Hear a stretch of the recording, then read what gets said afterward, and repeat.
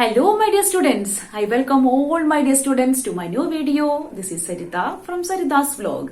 ഇന്ന് ഞാൻ എടുക്കാൻ പോകുന്നത് അഡ്സോർപ്ഷൻ ഐസോതെർംസ് എന്ന ഒരു ടോപ്പിക്കാണ്.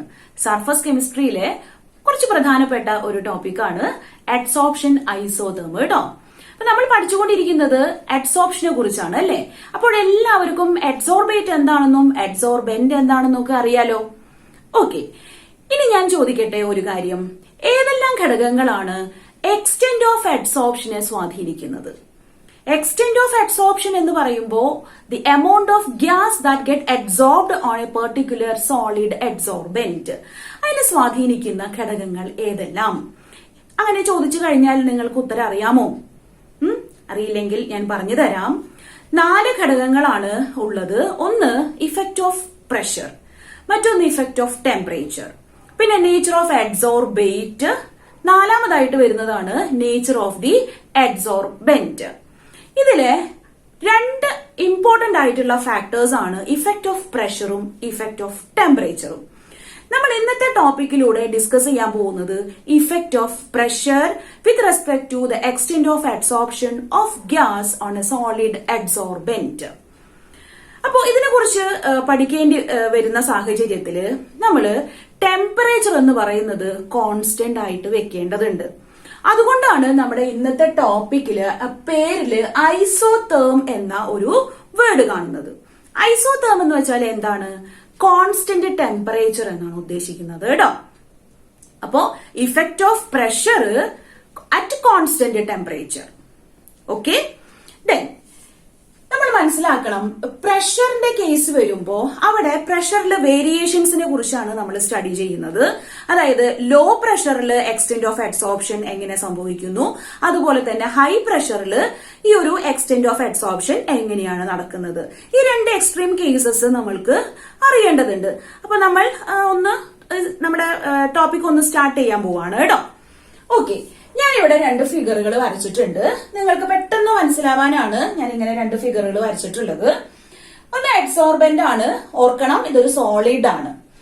ഇനി ഞാൻ ഇവിടെ സ്പിയേഴ്സ് വരച്ചത് കണ്ടോ? ഇത് അറ്റ് ലോ പ്രഷർ ആണെന്ന് ഓർക്കണം.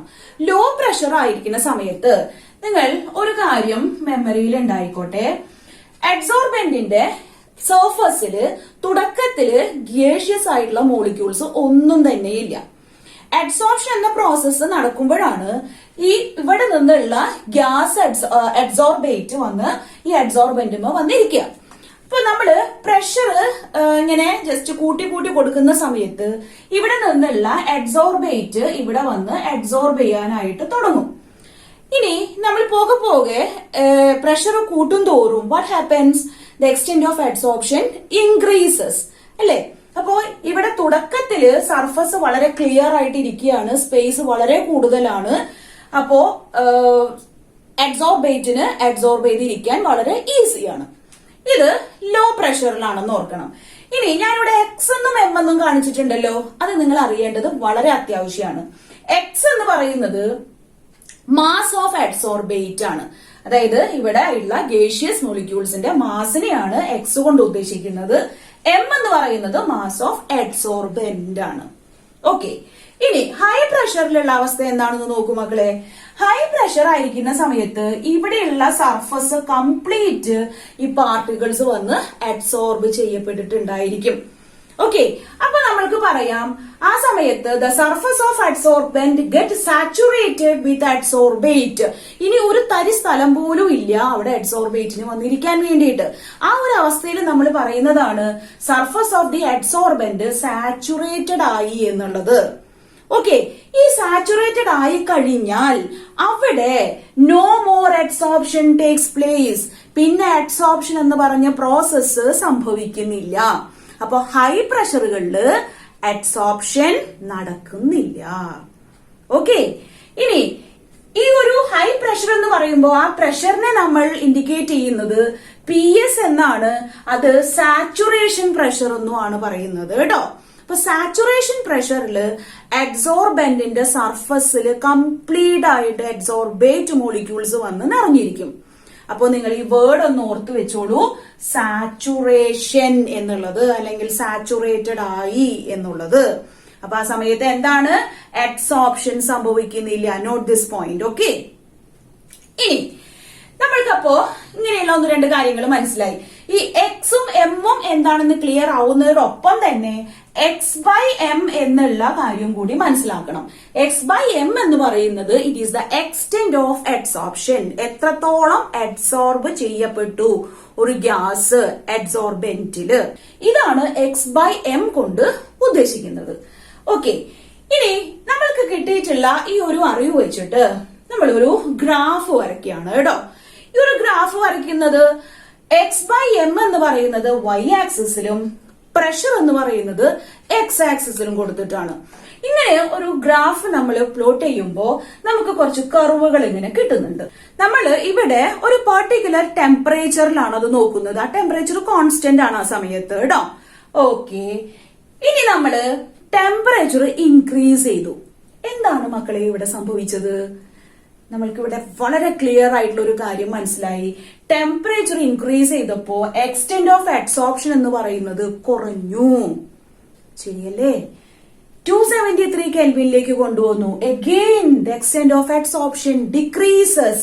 അല്ലെ, ആദ്യം ഇവിടെ ആയിരുന്നു അതിന്റെ ഒരു മാക്സിമം എങ്കിൽ പിന്നെ വന്നപ്പോ അത് ഇവിടെയായി, പിന്നെ ഇങ്ങനെയായി, കുറഞ്ഞു വന്നു. ശരിയാണല്ലോ? അപ്പൊ അഡ്സോർപ്ഷൻ കുറയുന്നതായിട്ട് കാണപ്പെട്ടു എപ്പോൾ ടെമ്പറേച്ചർ ഇൻക്രീസ് ചെയ്തപ്പോൾ. അപ്പൊ നമ്മള് ഒരു പെർട്ടിക്കുലർ ടൈമില് ആ ഒരു സമയത്ത് ടെമ്പറേച്ചർ കോൺസ്റ്റന്റ് ആക്കി വെക്കണം. എന്നിട്ടാണ് x by m against p കാണുന്നത് കേട്ടോ. ഈ കർവിനെയാണ് നമ്മള് അഡ്സോർപ്ഷൻ ഐസോതേം എന്ന് പറയുന്നത്. അപ്പോ ജസ്റ്റ് എന്താണ് ഈ ഒരു അഡ്സോർപ്ഷൻ ഐസോതേം എന്ന് ഒരു ഡെഫിനിഷൻ ചോദിച്ചാൽ എന്താണ് പറയുന്നത്? Adsorption isotherm is a graphical plot between the extent of adsorption, that is x by m, and pressure at constant temperature. Okay, അപ്പൊ adsorption isothermനെ കുറിച്ചിട്ടുള്ള ഒരു ചെറിയ ധാരണ കിട്ടിയില്ലേ? മെയിൻ ആയിട്ട് രണ്ട് adsorption isothermകളാണ് വളരെ പോപ്പുലർ ആയിട്ടുള്ളത് കേട്ടോ. ഒന്ന് ലാങ്മ്യൂർ അഡ്സോർപ്ഷൻ ഐസോതേം എന്ന് പറയും, മറ്റൊന്ന് ഫ്രെൻഡ്ലിച്ച് അഡ്സോർപ്ഷൻ ഐസോതേം എന്ന് പറയും. അപ്പൊ നമുക്ക് ഇന്ന് നമ്മുടെ ടോപ്പിക്കിൽ ഡിസ്കസ് ചെയ്യേണ്ടത് ഫ്രെൻഡ്ലിച്ച് അഡ്സോർപ്ഷൻ ഐസോതേമിനെ കുറിച്ചാണ്. 1909 ഫ്രെൻഡ്ലിച്ച് അഡ്സോർപ്ഷൻ ഐസോതേമിനെ ബേസ് ചെയ്തിട്ട് ഒരു റിലേഷൻ കൊണ്ടുവരുന്നുണ്ടായി കേട്ടോ. an empirical relationship between the amount of gas adsorbed by unit mass of the adsorbent and pressure at constant temperature. എന്ന് വെച്ച് കഴിഞ്ഞാൽ നമ്മൾ നേരത്തെ പഠിച്ചത് തന്നെയാണ്. നമ്മൾ നേരത്തെ പറഞ്ഞ ഒരു കാര്യമാണ് ഒരു അഡ്സോർബന്റുമേ അഡ്സോർബേറ്റ് വന്നിരിക്കുന്നതിനെ കുറിച്ചിട്ടുള്ള ഒരു സ്റ്റഡി. അപ്പോ ഇത് എത്രത്തോളം അളവില് ഇവിടെ അഡ്സോർബ് ചെയ്യപ്പെട്ടു എന്നതിനെ കുറിച്ച് പറയുന്നതാണ് the quantity of the gas that get adsorbed on the 1 unit mass of the adsorbent എന്ന് ഉദ്ദേശിക്കുന്നത് കേട്ടോ. അതായത് x by m, the amount of adsorption, അതും പ്രഷറും തമ്മിലുള്ള ഒരു relation. Okay, at constant temperature ആ റിലേഷൻ ഇതാണ്. X by m is equal to k P raised to 1 by n, and there is a condition n is always greater than 1. അപ്പൊ x by m എന്ന് പറയുന്നത് എന്താ? It is the extent of adsorption or the amount of adsorption. P is the pressure of the gas. K and n, ഇത് കണ്ടോ, k യും n ഉം, these are the constants. അപ്പോ ഈ രണ്ട് കോൺസ്റ്റന്റുകളും ദി വാരി വിത്ത് ടെമ്പറേച്ചർ. ടെമ്പറേച്ചറിൽ വ്യത്യാസങ്ങൾ വരുന്നതനുസരിച്ച് കെയുടെ വാല്യൂയിലും എന്നിന്റെ വാല്യൂസിലും ഒക്കെ വ്യത്യാസങ്ങൾ വരാം. ഇനി ഈ കെയുടെ വാല്യൂവും എന്നിന്റെ വാല്യൂ ഒക്കെ നമുക്ക് കണ്ടുപിടിക്കാം. അപ്പൊ അതെങ്ങനെയാണ് ചെയ്യുന്നത്? ഞാൻ ആദ്യം നമ്മളെ ഫ്രണ്ട്ലിച്ച് കണ്ടുപിടിച്ച എക്സ്പ്രഷൻ എഴുതാൻ പോവാണ്. Let it be equation 1. Now take logarithm on both sides. ഈ ഒരു ഇക്വേഷന്റെ രണ്ട് ഭാഗത്തുമായിട്ട് ലോഗരിതം എടുക്കുക. Take logarithm on both sides. അപ്പൊ നമുക്ക് എന്താ കിട്ടുക? നോക്കിക്കോളൂ. Log x by m is equal to log k plus 1 by n log p. ഇങ്ങനെയുള്ള ഒരു ഫോമിലേക്ക് ഈ എക്സ്പ്രഷൻ മാറും. And let it be equation 2. Okay, ഇനി ഈ ഇക്വേഷൻ എന്ന് പറയുന്നത് it is similar to the equation for a straight line. ഒരു സ്ട്രെയിറ്റ് ലൈനിന്റെ ഇക്വേഷനോട് സിമിലർ ആയിട്ട് തോന്നുന്നതാണ് ഈ ഒരു എക്സ്പ്രഷൻ എന്ന് പറയുന്നത്. നോക്കിക്കോളൂ, y is equal to c plus mx എന്ന് ഞാൻ എഴുതുന്നു. y എന്ന് പറയുന്നത് ഇവിടെ log x by m ആണ്, c എന്ന് പറയുന്നത് log k ആണ്, mx that is 1 by n log p. അപ്പൊ നിങ്ങൾക്ക് എല്ലാവർക്കും അറിവുള്ള കാര്യമാണ് c എന്ന് പറയുന്നത് ഇന്റർസെപ്റ്റും m എന്ന് പറയുന്നത് സ്ലോപ്പും ആണെന്ന്, അല്ലെ? അപ്പോ ഇത് ഇന്റർസെപ്റ്റ് ആണ്, ഇത് സ്ലോപ്പ് ആണ്. ക്ലിയർ അല്ലേ? ഓക്കെ, ഇനി ഈ ഒരു ഇക്വേഷന്റെ വാലിഡിറ്റി ചെക്ക് ചെയ്യണമെങ്കിൽ നമ്മൾക്ക് ഒരു ഗ്രാഫിക്കൽ പ്ലോട്ട് വരച്ചാൽ മതി. ആ ഒരു ഗ്രാഫിക്കൽ പ്ലോട്ടിലൂടെ നമുക്കൊരു സ്ട്രെയിറ്റ് ലൈൻ കിട്ടുകയാണെങ്കിൽ ഈ ഒരു എക്സ്പ്രഷൻ വാലിഡ് ആണെന്ന് നമുക്ക് പറയാം. ഓക്കെ, അപ്പോ നമ്മൾ ചെക്ക് ചെയ്യാൻ പോവാണ്. അതിനു വേണ്ടിയിട്ട് നമുക്ക് എന്താണ് വേണ്ടത്? We have to plot a graph. Okay, ഞാൻ ഇവിടെയാണ് ഗ്രാഫ് വരയ്ക്കുന്നത്, ശ്രദ്ധിച്ചോളൂ. അപ്പോ എന്താണ് നമ്മൾ y ആക്സിസിൽ എടുക്കുന്നത്? ലോഗ് എക്സ് ബൈ എം, അല്ലെ? y എന്ന് പറയുന്നത് ലോഗ് എക്സ് ബൈ എം ആണ്. ഓക്കെ, ഇനി x എന്ന് പറയുന്നത് എന്താണ്? It is log P. Log P. അപ്പൊ നമുക്ക് ഇവിടെ ഒരു സ്ട്രെയിറ്റ് ലൈൻ കിട്ടേണ്ടതുണ്ട്, അല്ലെ? ഓക്കെ, നമ്മൾ ഇങ്ങനെ ഗ്രാഫിക്കലി പ്ലോട്ട് ചെയ്യുമ്പോൾ കിട്ടുന്നത് ഇങ്ങനെയാണ് കേട്ടോ മക്കളെ. അപ്പോ ഇതാണ് നമ്മളെ ഇന്റർസെപ്റ്റ് ആയ ലോഗ് കെ. അപ്പൊ ഇന്റർസെപ്റ്റ് വരുമ്പോ ഒരിക്കലും ഒറിജിനിൽ നിന്ന് പോകില്ല സ്ട്രെയിറ്റ് ലൈൻ, അല്ലേ? ഓക്കെ, അപ്പൊ നമുക്ക് ഇത് ലോഗ് കെ ആയിട്ട് കിട്ടുന്നു. പിന്നെ നോക്കൂ, നമുക്കൊരു പോസിറ്റീവ് സ്ലോപ്പ് അല്ലേ വരുന്നത്, നെഗറ്റീവ് സ്ലോപ്പ് അല്ലല്ലോ. എന്തുകൊണ്ടാണ് പോസിറ്റീവ് സ്ലോപ്പ് ആയത്? എമ്മിന്റെ വാല്യൂ നോക്കൂ, it is positive 1 by n, അല്ലെ? അപ്പോ സ്ലോപ്പ് നമുക്ക് ഇവിടെ കിട്ടിക്കഴിഞ്ഞു. എന്താണ് സ്ലോപ്പ് വന്നത്? 1 by n. അപ്പൊ സ്ലോപ്പും കിട്ടി, ഇന്റർസെപ്റ്റും കിട്ടി. അങ്ങനെയെങ്കിൽ ഈ ഒരു എക്സ്പ്രഷൻ വാലിഡ് ആണെന്ന് നമുക്ക് പറയാം. ഫ്രണ്ട്ലിച്ച് അഡ്സോർപ്ഷൻ ഐസോതെർമിന്റെ ഒരു ലിമിറ്റേഷൻ എന്താന്ന് വെച്ച് കഴിഞ്ഞാൽ, he explain the behaviour of adsorption of this gases on a solid only in an approximate manner. അതായത് ഒരു തിയറിറ്റിക്കൽ ആയിട്ടുള്ള അസംഷൻ ഒന്നും തന്നെ അദ്ദേഹം കൊണ്ടുവന്നിരുന്നില്ല. ഒരു ലോജിക് ഉപയോഗിച്ചിട്ടാണ് ഇദ്ദേഹം ഒരു എക്സ്പ്രഷൻ തന്നെ ഉണ്ടാക്കിയിട്ടുള്ളത് കേട്ടോ. അപ്പോ അതൊരു ലിമിറ്റേഷൻ ആയിട്ടാണ് പറയപ്പെടുന്നത്. And also the Freundlich adsorption isotherm fails at high pressure. കൂടാതെ നിങ്ങൾ ഓർക്കണം, 1 by n ന്റെ വാല്യൂ എന്ന് പറയുന്നത് ഇറ്റ് വാരീസ് ബിറ്റ്വീൻ 0 and 1. നമ്മൾ എക്സ്പ്രഷനിൽ കാണുകയുണ്ടായി x by m is equal to k into p whole raise to 1 by n എന്ന് പറയുന്നത്. ഈ 1 by n ന്റെ value it ranges from 0 and 1. Okay, അപ്പൊ 1 by n ന്റെ വാല്യൂ എന്ന് പറയുന്നത് it is in between 0 and 1. അപ്പോ ഈ ഹൈ പ്രഷറിൽ ഇത് ഫെയിലിയർ ആണ് എന്ന് പറയുന്ന ഒരു പ്രൂഫും കൂടിയാണ് ഇത്. സപ്പോസ് 1 by n 0 ആയിട്ട് എടുത്താൽ എക്സ് ബൈ എം എന്ന് പറയുന്നത് ഒരു കോൺസ്റ്റന്റ് ആയിട്ട് മാറുകയാണ് ചെയ്യുന്നത്. എങ്ങനെയാണ്? ഇവിടെ k into p raise to 0 എന്ന് വരും, അല്ലെ? പി റേസ് ടു 0 എന്ന് പറയുന്നത് 1 ആണല്ലോ. അപ്പൊ നമ്മൾ x by m is equal to k എന്നല്ലേ കിട്ടുക? കെ എന്ന് പറയുന്നത് ഒരു കോൺസ്റ്റന്റ് അല്ലേ? അപ്പൊ അതിന്റെ അർത്ഥം ഈ x by m, that is the extent of adsorption or the amount of adsorption that is independent upon pressure എന്നല്ലേ? അപ്പോ നമ്മളിവിടെ പ്രഷർ എത്ര കൂട്ടി കൊടുത്തു കഴിഞ്ഞാലും extent of adsorption is found to be independent of pressure. ഇത് നമ്മൾക്ക് ഈ ഗ്രാഫിലൂടെ മനസ്സിലാക്കി എടുക്കാവുന്നതേ ഉള്ളൂ. അതുകൊണ്ടാണ് ഞാൻ ഇത് ഇവിടെ നിന്ന് മാറ്റാതിരുന്നത്. നോക്കിക്കോളൂ, ഇവിടെ ഈ ഒരു പർട്ടിക്കുലർ പോയിന്റ് വരെ നിങ്ങൾ നോക്കിക്കോ, ഇത് സ്ട്രെയിറ്റ് ആയിട്ടാണ് പോകുന്നത്, അല്ലെ?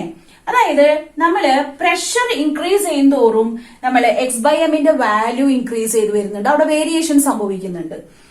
ഇനി നമ്മൾ ഈ ഒരു കർവ് ഇങ്ങനെ എടുക്കും കേട്ടോ, ഇവിടെ തൊട്ട് ഇവിടെ വരെയുള്ള ഈ ഒരു കർവ്, ഇത് ഇതേപോലെ തന്നെ എക്സ് ബൈ എം ഇത് കൂടുന്നതിനനുസരിച്ച്, അത് പ്രഷർ കൂടുന്നതിനനുസരിച്ച് എക്സ് ബൈ എമ്മിന്റെ വാല്യൂവും കൂടുന്നുണ്ട്. എന്നാൽ പ്രഷർ വളരെയധികം കൂട്ടിക്കഴിഞ്ഞപ്പോഴോ ഇത് ഈ എക്സ് ആക്സിസിന് പാരലായിട്ട് തന്നെയല്ലേ പോകുന്നത്. അതായത് പ്രഷറിനോട് ഇൻഡിപെൻഡന്റ് ആയിട്ടാണ് നിൽക്കുന്നതെന്നാണ്.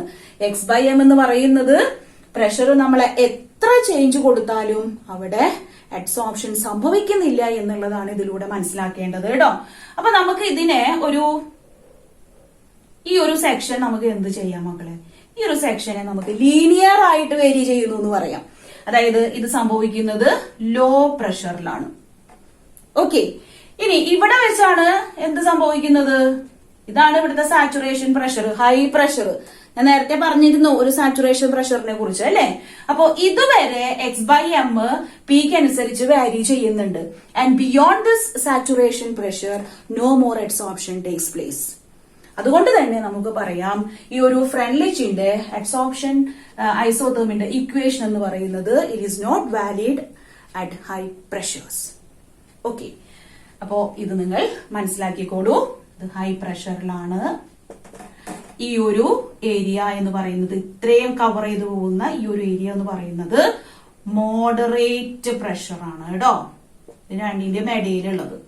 അപ്പോ ഈ രണ്ടിന്റെയും ഇടയിലുള്ള പ്രഷേഴ്സിലാണ് കൂടുതലായിട്ടും ഫ്രെൻലിച്ചിന്റെ അഡ്സോർപ്ഷൻ ഐസോതെർമിനെ ബേസ് ചെയ്തുള്ള ഇക്വേഷൻ വാലിഡ് ആവുന്നത്.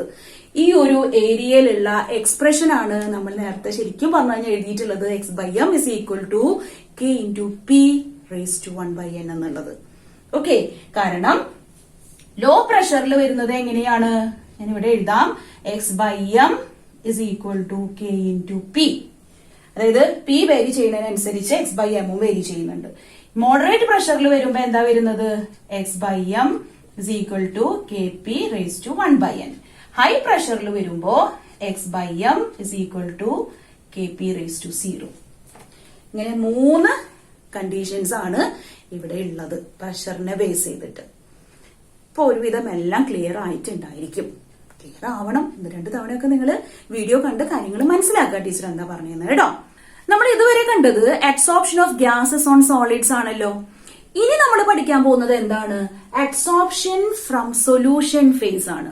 അതായത് സൊല്യൂഷനിൽ നിന്നുള്ള സൊല്യൂട്ട് പാർട്ടിക്കിൾസിനെ സോളിഡ് ആയിട്ടുള്ള ഒരു അഡ്സോർബന്റിന് അഡ്സോർബ് ചെയ്ത് നിർത്താം. ഗേഷ്യസ് ആയിട്ടുള്ള അഡ്സോർബേറ്റ് മോളിക്യൂൾസിനെ മാത്രമല്ല അഡ്സോർബ് ചെയ്യുന്നത്. അതാണ് ഇവിടെ വിശദീകരിക്കുന്നത്. ഇനി എന്തെല്ലാം ഒബ്സർവേഷൻസ് ആണ് നമ്മൾക്ക് ഇത്തരത്തിലുള്ള ഒരു സൊല്യൂഷൻ ഫേസിൽ അഡ്സോർപ്ഷൻ നടന്നു കഴിഞ്ഞാൽ കിട്ടുന്നത്? The extent of absorption it decreases with increase in temperature. അപ്പൊ ടെമ്പറേച്ചർ കൂട്ടിക്കഴിഞ്ഞാൽ അവിടെ എക്സ്റ്റെന്റ് ഓഫ് അഡ്സോർപ്ഷൻ കുറയുന്നു. നമ്മൾ നേരത്തെ കണ്ടതുപോലൊക്കെ തന്നെ. The extent of absorption increases with the surface area of adsorbent. അഡ്സോർബന്റിന്റെ സർഫസ് ഏരിയ കൂടുന്തോറും എക്സ്റ്റെന്റ് ഓഫ് അഡ്സോർപ്ഷൻ കൂടുന്നു. അതായത് ഇങ്ങനെ ഉണ്ടായിരുന്ന ഒരു അഡ്സോർബന്റ് ഇതിനെ നമ്മൾ ഡിവൈഡ് ചെയ്ത് കഴിഞ്ഞാൽ എന്താവും മക്കളെ? നമുക്ക് ഡിവൈഡ് ചെയ്ത് കഴിഞ്ഞാൽ കിട്ടുന്നത് ഇങ്ങനെ 2 പാർട്ടായിട്ടാണ്. അപ്പൊ സർഫസ് കൂടിയില്ലേ? ഇനി ഇതിന് വീണ്ടും ഡിവൈഡ് ചെയ്ത് കഴിഞ്ഞാൽ വീണ്ടും ഇതിന് സർഫസ് ആയി അല്ലേ? അപ്പോ ഇങ്ങനെ സർഫസ് ആയിട്ട് കൂടുന്തോറും സർഫസ് ഏരിയ കൂടുകയല്ലേ ചെയ്യുന്നത്. അപ്പോ സ്വാഭാവികമായിട്ടും അഡ്സോർപ്ഷൻ കൂടില്ലേ? അതാണ് ഇവിടെ ഉദ്ദേശിക്കുന്നത് കേട്ടോ. സർഫസ് ഏരിയ കൂടുന്തോറും എക്സ്റ്റെന്റ് ഓഫ് അഡ്സോർപ്ഷൻ കൂടുന്നു എന്നുള്ളത്. ഇനി മൂന്നാമത്തെ പോയിന്റ് എന്താണ്? The extent of adsorption depends on the concentration of the solution. ഇതാണ് ഇവിടുത്തെ ഒരു വ്യത്യാസം എന്ന് പറയുന്നത്. നേരത്തെ പ്രഷറിനെ കുറിച്ചാണ് പറഞ്ഞതെങ്കിൽ ഇവിടെ കോൺസെൻട്രേഷൻ ആണ്. അപ്പോ കോൺസെൻട്രേഷൻ ഓഫ് സൊല്യൂഷനെ ഡിപ്പെൻഡ് ചെയ്തിട്ടാണ് എക്സ്റ്റെന്റ് ഓഫ് അഡ്സോർപ്ഷൻ ഇരിക്കുന്നത്. പിന്നെ നാലാമതായിട്ടുള്ള കാര്യം എന്താണ്? The extent of adsorption depends on the nature of adsorbate and adsorbent. അപ്പൊ അഡ്സോർബന്റിന്റെയും അഡ്സോർബേറ്റിന്റെ സ്വഭാവത്തിനെയും ബേസ് ചെയ്തിട്ട് എക്സ്റ്റെന്റ് ഓഫ് അഡ്സോർപ്ഷൻ അതിന്റെ വാല്യൂ ഡിപ്പെൻഡ് ചെയ്യുന്നുണ്ട്. ഫ്രെൻലിച്ച് നമുക്ക് നേരത്തെ ഒരു എക്സ്റ്റെന്റ് ഓഫ് അഡ്സോർപ്ഷനും പ്രഷറും തമ്മിലുള്ള ഒരു റിലേഷൻ പറഞ്ഞു തന്നിരുന്നല്ലോ. അത് x/m is equal to k into p raised to 1/n ആയിരുന്നു. ശരിയല്ലേ? എന്നാൽ ഇവിടെ സൊല്യൂഷൻ ഫേസിനെ കുറിച്ചാണ് നമ്മൾ പഠിച്ചുകൊണ്ടിരിക്കുന്നത്. അതുകൊണ്ട് തന്നെ കോൺസെൻട്രേഷനെയാണ് നമ്മൾ ഇവിടെ ശ്രദ്ധിക്കുന്നത്. അപ്പൊ x/m is equal to k into c raised to 1/n എന്നാണ് നമ്മൾ ആ എക്സ്പ്രഷൻ എഴുതുന്നത്. കണ്ടീഷൻ ഇതേപോലെ തന്നെ n is greater than 1. ഇനി now take the log on both sides. We will get log x/m is equal to log k plus 1/n log c. നേരത്തെ അതേപോലെ തന്നെ ഒരു വ്യത്യാസവും ഇല്ല കേട്ടോ. ഇനി ഇതിന്റെ വാലിഡിറ്റി ചെക്ക് ചെയ്യാൻ വേണ്ടിയിട്ടാണ് നമ്മളൊരു ഗ്രാഫ് വരയ്ക്കുന്നത്. And this equation is similar to the equation for a straight line. അതുകൊണ്ട് തന്നെ we have to plot a graph by taking log x/m against log c. ഒരു സ്ട്രെയിറ്റ് ലൈൻ കിട്ടുകയാണെങ്കിൽ നമുക്ക് പറയാം ഈ ഒരു ഇക്വേഷന്റെ വാലിഡിറ്റി, അതായത് ഇക്വേഷൻ കറക്റ്റ് ആണ്, ശരിയാണ് എന്നുള്ളത് നമുക്ക് ക്ലിയർ കട്ട് ആയിട്ട് പറയാൻ സാധിക്കും. നമുക്കൊരു സ്ട്രെയിറ്റ് ലൈൻ കിട്ടിയില്ലെങ്കിലോ ഈ ഒരു എക്സ്പ്രഷനിലൂടെ കണ്ടെത്തിയിട്ടുള്ള കാര്യങ്ങളെല്ലാം തെറ്റാണെന്ന് പറയും. ഓക്കെ, ഇത് നമ്മൾ എക്സ്പെരിമെന്റിൽ പ്രൂവ് ചെയ്യാൻ പറ്റുന്ന ഒരു കാര്യമാണ്. അതെങ്ങനെയാന്ന് വെച്ച് കഴിഞ്ഞാൽ നമ്മൾ ആദ്യം ഒരു സൊല്യൂഷൻ പ്രിപ്പയർ ചെയ്യണം. ഫോർ എക്സാമ്പിൾ, അസറ്റിക് ആസിഡിന്റെ സൊല്യൂഷൻ ആണ് പ്രിപ്പയർ ചെയ്യുന്നത് വിചാരിക്കുക. അപ്പോ അസറ്റിക് ആസിഡ് ഡിഫറെന്റ് കോൺസെൻട്രേഷനിലുള്ള സൊല്യൂഷൻ ആക്കി നമ്മൾ ആദ്യം തയ്യാറാക്കി വെക്കണം. എന്നിട്ട് ഇത് ഒരു 5 ടെസ്റ്റ് ട്യൂബുകളിലാക്കിയിട്ട് ഈക്വൽ എമൗണ്ടിൽ ഈക്വൽ വോള്യത്തിൽ നമ്മൾ എടുത്തു വെക്കുക. അപ്പൊ 10 ml ആണെങ്കിൽ 10 ml വോള്യത്തിൽ നമ്മൾ എടുത്തു വെക്കുന്നു ടെസ്റ്റ് ട്യൂബിൽ. ഇതിലേക്ക് ഈക്വൽ എമൗണ്ട് ആയിട്ട് നമ്മളുടെ അഡ്സോർബന്റ് ആയ ചാർക്കോൾ ആഡ് ചെയ്യാം. അപ്പൊ ഈ 5 ടെസ്റ്റ് ട്യൂബിലും നമ്മൾ ഈക്വൽ ആയിട്ട് അഡ്സോർബന്റ് ആഡ് ചെയ്തു. അപ്പൊ ഇവിടെ ശ്രദ്ധിക്കേണ്ടത് നമ്മൾ തുടക്കത്തിൽ എത്രയായിരുന്നു ഓരോ ടെസ്റ്റ് ട്യൂബിലുള്ള കോൺസെൻട്രേഷൻ നോട്ട് ചെയ്ത് വെക്കണം. എന്നിട്ട് ഒരു പെർട്ടിക്കുലർ ടൈം, ഒരു 10 മിനിറ്റ് ഒക്കെ കഴിഞ്ഞിട്ട് എല്ലാ ടെസ്റ്റ് ട്യൂബിലെയും കോൺസെൻട്രേഷൻ നമ്മൾ ചെക്ക് ചെയ്യുക. അപ്പൊ ഒരു ഫൈനൽ ആയിട്ടുള്ള ഒരു കോൺസെൻട്രേഷൻ ആയിട്ട് കണക്കാക്കുക. എന്നിട്ട് ഈ ഫൈനലിൽ നിന്ന് ഇനീഷ്യൽ കോൺസെൻട്രേഷൻ നമ്മൾ മൈനസ് ചെയ്യാം. അപ്പൊ നമുക്കൊരു പെർട്ടിക്കുലർ കോൺസെൻട്രേഷൻ കിട്ടുമല്ലോ. അപ്പൊ നിങ്ങൾ ഓർക്കണം, ഈ ഒരു സംഭവങ്ങളൊക്കെ ചെയ്യുന്നത് ഒരു കോൺസ്റ്റന്റ് ടെമ്പറേച്ചറിലായിരിക്കണം കേട്ടോ. അപ്പൊ അതിനൊരു തെർമോസ്റ്റാറ്റ് ഒക്കെ നമ്മൾ അവിടെ വെച്ച്, ഫിസിക്കൽ എക്സ്പെരിമെന്റ്സ് ആണ് ഇതൊക്കെ, വെച്ച് നമ്മള് നമ്മുടെ എക്സ്പെരിമെന്റ്സ് ക്യാരി ഔട്ട് ചെയ്യും. അങ്ങനെ അവിടെ നിന്ന് കിട്ടുന്ന റിസൾട്ട് നമ്മൾ ഈ ഒരു ഇക്വേഷനിൽ നമ്മൾ സബ്സ്റ്റിറ്റ്യൂട്ട് ചെയ്യുകയും ഇത് പ്രകാരം ഒരു ഗ്രാഫിക്കൽ പ്ലോട്ട് വരയ്ക്കുകയും നമുക്ക് അങ്ങനെ ഒരു സ്ട്രെയിറ്റ് ലൈൻ കിട്ടുകയാണെങ്കിൽ അത് വാലിഡ് ആണ്, അല്ലെങ്കിൽ അത് തെറ്റാണ്. അതാണ് ഇവിടെ പറയുന്നത്. അങ്ങനെ ഇന്ന് ഞാൻ എന്തൊക്കെയാ പറഞ്ഞു തന്നത്? വളരെ കുറച്ച് ഇമ്പോർട്ടന്റ് ആയിട്ടുള്ള കാര്യങ്ങളേ ഉള്ളൂ. വിശദമായിട്ട് പറഞ്ഞപ്പോഴാണ് കുറച്ച് കാര്യങ്ങളായി പോയത്. അതില് പ്രധാനമായിട്ടും നിങ്ങൾ ഫോക്കസ് ചെയ്യേണ്ടത് ആ ഒരു എംപിരിക്കൽ റിലേഷൻഷിപ്പ് ആണ്. അതായത് x/m = k/p⁻1/n എന്ന് പറയുന്നത്. പിന്നെ അതിന്റെ വാലിഡിറ്റി ചെക്ക് ചെയ്യാൻ വേണ്ടിയിട്ട് ഒരു ഗ്രാഫിക്കൽ പ്ലോട്ട് വരച്ചത്. അതെങ്ങനെയാണ്? ലോഗരിതം ഒക്കെ കണ്ടിട്ടാണ് അല്ലെ, ഇക്വേഷൻ ഓഫ് സ്ട്രെയിറ്റ് ലൈൻ ഒക്കെ നമ്മൾ മനസ്സിലാക്കിയിട്ടാണ് അതൊക്കെ ചെയ്തത്. അപ്പോൾ അതും ഒന്ന് നോട്ട് ചെയ്ത് വെക്കുക. പിന്നെ ഹൈ പ്രഷേഴ്സിൽ അതുപോലെ തന്നെ മോഡറേറ്റ് പ്രഷറിൽ വരുന്ന ആ ഒരു കാര്യങ്ങൾ പറഞ്ഞു തന്നതും നന്നായിട്ട് തന്നെ ഓർത്ത് വെക്കുക. പിന്നെ അവസാനമായിട്ട് പറഞ്ഞു തന്നത് ഈ സൊല്യൂഷൻ ഫേസിലുള്ള ഒരു കാര്യമാണ്. അപ്പോ അതില് വരുന്ന പ്രധാനപ്പെട്ട ഒരു ചേഞ്ച് നേരത്തെ പഠിച്ചതിൽ നിന്നുള്ളത് ഈ ഇക്വേഷനിൽ പിക്ക് പകരം സി വരുന്നെന്ന് ഉള്ളൂ. അതും നോട്ട് ചെയ്ത് വെക്കുക. അപ്പൊ ഓക്കെ, ഇന്നത്തെ ക്ലാസ് ഞാൻ തൽക്കാലം ഇവിടെ അവസാനിപ്പിക്കുകയാണ്. നമുക്കിനി അടുത്ത ക്ലാസ്സിൽ ഒരു പുതിയ വീഡിയോ ആയിട്ട് കാണാം. So thank you for watching.